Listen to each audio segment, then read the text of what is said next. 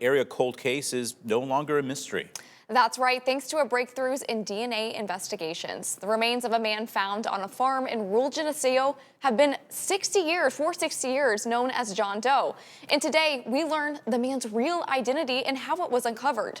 Now we're going to hear from a farmer who owned the land where that body was found. Drew Coffey takes us to Geneseo and shows us what this new discovery means to him all these years later.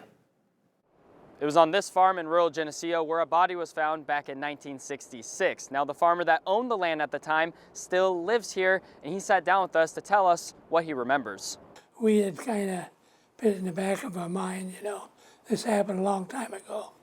When the body was found, it was a shock. Arlon Gradert was in his early 20s when the body was found near this creek by Interstate 80 6 decades ago, his family owning the land for generations. This is a family farm that's been in the family for 135 years. So. Arlon is now 82 years old and talks about the body found right on their land. To us, it was a shock because, it was so close. You just don't expect to find a dead body. Well, I should say a skeleton at the time, For years, the town and the Gradert family pointed to Interstate 80 as a possible cause for the death.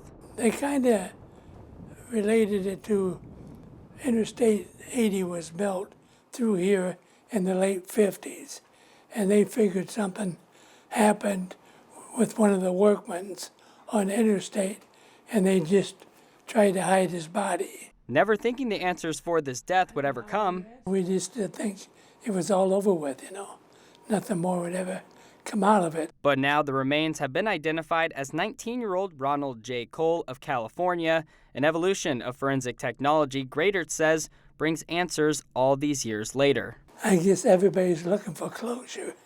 So anytime you can get closure, it's a good thing. In Geneseo, Drew Coffey, WQAD News 8. Now, the death is being investigated as a homicide. If you have any information about the case, please contact the Henry County Sheriff's Office. The investigation remains active and ongoing.